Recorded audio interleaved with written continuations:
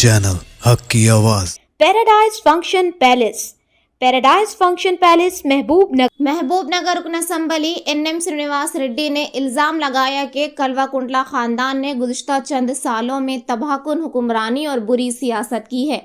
उन्होंने शिकायत की कि बीआरएस ने बदतरीन सियासत का आगाज करके तारीख रकम की है, जो आज़ाद हिंदुस्तान की तारीख में किसी सियासी जमात ने नहीं की। उन्होंने केटीआर से कहा कि रियासत के चीफ मिनिस्टर रेवंत रेड्डी पर बेबुनियाद इल्ज़ाम तराशी करना मुनासिब नहीं है और चीफ मिनिस्टर ने दिल्ली के कांग्रेस कायदीन को 2500 करोड़ रुपए अदा किए। केटीआर को चैलेंज किया गया कि जब आप अमेरिका से आए थे तो आपके पास कितने असासे थे और अब आपके पास कितने असासे हैं, क्या आप इस मामले में जांच के लिए तैयार हैं? इनका कहना था कि अपने ऊपर पड़ने वाली कीचड़ को धोने के लिए दूसरों पर कीचड़ इस्तेमाल करना बेवकूफ़ी होगी। మేనేజ్మెంట్ కోట ఎమ్మెల్యే కేటీఆర్ గారు నిన్న మొన్న అవాకు చవాకులు వెళ్తూ ఉన్నాడు. మనకు తెలంగాణలో ఒకటి అనుకుంటూ ఉంటాం జనరల్గా, పంది బురదలో దొర్లి ఆ బురదను తట్టించుకొని బయటికి వచ్చి ఆ బురదను వేరే వాళ్ళకి అంటియాలనే ప్రయత్నం చేస్తుంటుంది. అట్లనే 10 ఏళ్ళ విధ్వంసకర పాలన చేసింది కల్వకుంట్ల కుటుంబం. చేయరాని పనులన్నీ చేసిర్రు. ఒక రాజకీయ నాయకుడు, ఒక ప్రభుత్వము చేయలేని పనులన్నీ చేసిర్రు. దాన్ని ఇప్పుడు వాళ్ళు చేసిన నీచ నికృష్ట పనులను సపోర్ట్ చేసుకునేటట్టుగా మాట్లాడుతూ కాంగ్రెస్ పార్టీ కూడా చేస్తుంది కదా అంటున్నారు. ఫోన్ ట్యాపింగ్లు, ప్రైవేట్ సైన్యం పోలీసు వ్యవస్థకు ప్యారలల్గా ప్రైవేట్ సైన్యం నడుపుడు, వాళ్ళ ద్వారా ఇల్లీగల్ ఫోన్ ట్యాపింగ్ చేసుడు, ఇవన్నీ కూడా స్వాతంత్రం వచ్చిన తర్వాత ఏ ప్రభుత్వాలు కూడా చేయలే. ఆ కీర్తి ఘనత వహించిన కల్వకుంట్ల కుటుంబానికి మాత్రమే దక్కింది. నిన్న మాట్లాడుతూ ఏమంటాడు కేటీఆర్ అంటే, లై డిటెక్టర్ టెస్ట్ తీసుకుంటారా, ఇప్పుడు భట్టి గారి ఫోన్ ట్యాప్ చేయలేదని, ఉత్తమ్ కుమార్ రెడ్డి గారి ఫోన్ ట్యాప్ చేయలేదని, పొంగులేటి శ్రీనివాసరెడ్డి గారి ఫోన్ ట్యాప్ చేయలేదని. అంటే ఎంత దిగజారిపోయిండు కేటీఆర్. తన మీద పడ్డ బురద కడుక్కునే శాతగాక ఆ బురదను ఇంకోర కంటియాలని చూస్తూ ఉన్నాడు. అరే, కాంగ్రెస్ పార్టీలో ట్యాపింగ్ చేయాల్సిన అవసరం ఏముందబ్బా? భట్టి గారికి ఏమైనా ఇష్యూ ఉంటే వచ్చి రేవంత్ రెడ్డి గారి దగ్గర కూర్చొని మాట్లాడుకుంటాడు. ఇంకెవరికైనా ఏదైనా ఇష్యూ ఉంటే మాట్లాడుకుంటారు. అంత ప్రజాస్వామ్యం ఉంది మా పార్టీలో. అంటే మీ పార్టీల లాగా ఒకరి మీద ఒకరికి నమ్మకం లేకుండా, మీ కుటుంబ సభ్యుల మీద కూడా మీకు నమ్మకం లేకుండా ఫోన్ ట్యాపింగ్ చేసిండు. అది మీ సంస్కృతి, నీచమైన సంస్కృతి. కానీ కాంగ్రెస్ పార్టీలో అటువంటిది ఉండబోదు. జాతీయ పార్టీ అన్ని అంశాలు టేబుల్ మీద కూర్చొని విభేదాలున్నా, అంగీకారం ఉన్నా, పాలసీ మ్యాటర్ మీద మిగతా విషయాల్లో స్వేచ్ఛగా డిబేట్ చేసుకొని ఒక అంగీకారానికి వచ్చే సంప్రదాయం కాంగ్రెస్ పార్టీలో ఈరోజు కాదు, 135 ఏళ్ల నుంచి కూడా ఉంది. మధ్యలో నువ్వొచ్చి విచిత్రమైన నీచమైన సంస్కృతిని తెలంగాణ రాజకీయాల్లో ప్రవేశపెట్టి ప్రజలందరూ చీచీ తూతూ అని చెప్పి మీ కుటుంబాన్ని తిడుతుంటే తట్టుకోలేక ఆ బురదను ఇంకోరి మీద చల్లే ప్రయత్నం చేస్తున్నావు. చాలా నీతివంతమైన మాటలు మాట్లాడుతున్నావు. నిన్నమన్నా నేను చాలా సత్యసంధుడిని, ఎవరన్నా ఏమనంటే లీగల్ నోటీసులు ఇస్తా, అందరూ ఆధారాలతోటి మాట్లాడాలి అనుకుంటే చెప్తున్నావు. మరి నువ్వు ఏ ఆధారాలతోటి గౌరవ ముఖ్యమంత్రి గారు ఢిల్లీకి 2500 కోట్లు పంపుతున్నాడు అని చెప్పి ఏ ఆధారంతో మాట్లాడినావు మహాశయ? ఒక ముఖ్యమంత్రి గారి మీద మీరు అవాకులు చెవాకులు అభాండాలు వేసుకుంటూ పోతూ ఉంటావు. కానీ మీరు చేసిన పని, దుర్మార్గపు నీచమైన పనిని బాధితులు పోయి పోలీస్ కంప్లైంట్ చేస్తే అది మీకు తప్పు అనిపిస్తుంది. బాధితులు వేసిరు, వేరే వాళ్ళు కాదు. ఫోన్ ట్యాపింగ్ జరిగింది, ఎంక్వైరీ చెయ్యని. కేటీఆర్ ట్యాప్ చేసిందని ఎవ్వరు అనలే. అనుమానం ఉంది, సిరిసిల్లలో ట్యాపింగ్ జరిగింది, మరి ఎవరికి లాభం జరుగుతుంది? కేటీఆర్కే లాభం జరుగుతుంది. కాబట్టి దీని వెనక ఎవరున్నారు అని కంప్లైంట్ ఇస్తే దానికి గుమ్మడికాయ దొంగ అంటే భుజాలు తడుముకుంటున్నట్టు విచిత్రమైన విన్యాసాలు చేస్తూ ఉన్నావు. ఒకవైపు చెల్లెలు తిహార్ జైల్లో ఉంది, ఇంకోవైపు మీ అందరి మీద ఫోన్ ట్యాపింగ్ అభియోగాలు వస్తూ ఉన్నాయి. ఈరోజు స్పష్టంగా ఒకటే మాట అడుగుతా ఉన్నా,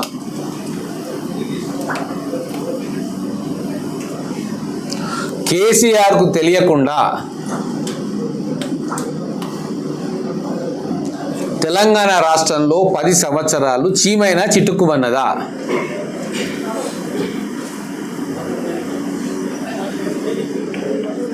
కేసీఆర్కు తెలియకుండా ఏ ఆఫీసర్లైనా ట్రాన్స్ఫర్ అయ్యిందా? కేసీఆర్కు తెలియకుండా పాలసీ డెసిషన్స్లో ఫైల్స్ మూవ్ అయినాయా? ప్రిన్సిపల్ సెక్రటరీల దగ్గరికి, చీఫ్ సెక్రటరీల దగ్గరికి, ఆఖరికి మంత్రుల దగ్గరికి కూడా ఫైల్స్ పోలేదు. కొన్ని వేల ఫైల్స్ డైరెక్ట్గా సీఎం గారి దగ్గరికి పోతే ఆయన సంతకం పెట్టి జీవోలేదు. లేదు, వారి పుత్రుడుగా షాడో సీఎంగా మీ అనుమతితోటి అన్నీ జరిగినాయి. ప్రజలందరికీ తెలుసు. లై డిటెక్టర్ అడుగుతున్నావు కదా నువ్వు, నేను అడుగుతున్నా, అమెరికా నుంచి వచ్చినప్పుడు నీ ఆస్తులెన్ని, ఇప్పుడు ఈరోజు నీ ఆస్తులెన్ని? అక్రమ సంపాదన కాకుండా అది నిజమైన సంపాదననా? నువ్వు నిజాయితీగా నీ ఆస్తులు పెరిగినాయా? లై డిటెక్టర్ టెస్ట్ చేసుకుందాం, మేమందరం వస్తాం. మేము కానీ, మా సంపత్ కుమార్ గారు కానీ, మా ఉద్యమకారులు కానీ, కాంగ్రెస్లో ఉన్న నాయకులు కానీ వచ్చి లై డిటెక్టర్ టెస్ట్ చేస్తాం, రండి. నీ మీద వచ్చిన అభియోగాలకు నువ్వు ఆన్సర్ ఇవ్వకుండా బట్టగాల్చి మీద పడేసి ముఖ్యమంత్రి గారిని, కాంగ్రెస్ పార్టీని ఏదో మాట్లాడాలంటే ప్రజలు నవ్వుకుంటా ఉన్నారు. రిమాండ్ రిపోర్ట్ కూడా పబ్లిక్ డొమైన్లోకి వచ్చేసింది. రాధాకృష్ణారావు గారు టాస్క్ ఫోర్స్ ఏదైతే ఇన్ఛార్జ్ ఉండేనో వారు తూచా తప్పకుండా ఎవరు ఆర్డర్స్ ఇచ్చిండ్రు, ఎవరి ఆదేశాలతోటి పనిచేసినామనేది చాలా స్పష్టంగా చెప్పిండు. ఇంకా బుకాయించాల్సిన అవసరం లేదు. ఖచ్చితంగా కల్వకుంట్ల ఫ్యామిలీ ఇన్వాల్వ్మెంటు ఫోన్ ట్యాపింగ్లో నేరుగా ఉందన్న విషయం ఈరోజు సిట్ సమర్పించిన, కోర్టుకు సమర్పించిన రిమాండ్ రిపోర్ట్లో చాలా స్పష్టంగా అందరికీ అర్థమవుతుంది. ఇప్పుడు తేలాల్సింది ఒకటే ఉంది, టాస్క్ ఫోర్స్ వెహికల్స్లో మీరు అక్రమంగా సంపాదించి నిలవబెట్టిన డబ్బు ఎన్ని వందల కోట్ల రూపాయలు బీఆర్ఎస్ ఎమ్మెల్యే క్యాండిడేట్లకు మీ ఆదేశాలతోటి పోలీసు వ్యవస్థ ద్వారా చేరవేసిండ్రు. అది పిన్ పాయింట్గా తెలవాలి. మహబూబ్ నగర్కి ఎన్ని వచ్చినాయి, అల్లంపూర్కి ఎన్ని వచ్చినాయి, కొడంగల్కి ఎన్ని పోయినాయి, సిరిసిల్లకి ఎన్ని పోయినాయి, సిద్దిపేటకి ఎన్ని పోయినాయి, గజ్వేల్కి ఎన్ని పోయినాయి, ఇట్లా బీఆర్ఎస్ నాయకులు, ముఖ్య నాయకులు పోటీ చేసిన ప్రతి నియోజకవర్గానికి ప్రభుత్వ మెషినరీని, ప్రభుత్వ వెహికల్స్ని, ప్రభుత్వ అధికారులను వాడుకొని ఎన్ని వందల కోట్లు పోయినాయో తేలాలి. దాని మీద కూడా ఎంక్వైరీ నడుస్తుంది. అది నిజమని తేలిన పక్షంలో మీ అందరి సభ్యత్వాలు, ఇంక్లూడింగ్ మీ నాన్నగారు గతంలో చీఫ్ మినిస్టర్గా పనిచేసిన వ్యక్తి సభ్యత్వం కూడా ఖచ్చితంగా రద్దవుతుంది. దీని గురించి కూడా డబ్బులు ఏం పంపలేదు మేము అనే దాంట్లో లై డిటెక్టర్ టెస్ట్కి వస్తే ప్రజలు హర్షిస్తారు.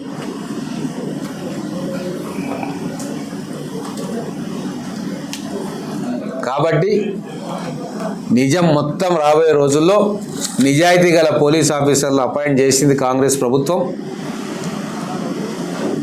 మా రేవంత్ రెడ్డి గారి మీద ఎవరెవరు ట్యాప్ పెట్టిండ్రు, ఎన్ని సంవత్సరాల నుంచి ట్యాపింగ్ చేసిండ్రు, మా ముఖ్య నాయకుల మీద కాంగ్రెస్ పార్టీ ఢిల్లీ నుంచి ఇక్కడికి వచ్చి ఆర్గనైజేషన్ వ్యవహారాలు చూస్తున్న వాళ్ళ ఫోన్ల మీద, పక్క రాష్ట్రాల్లో ఉన్న నాయకుల మీద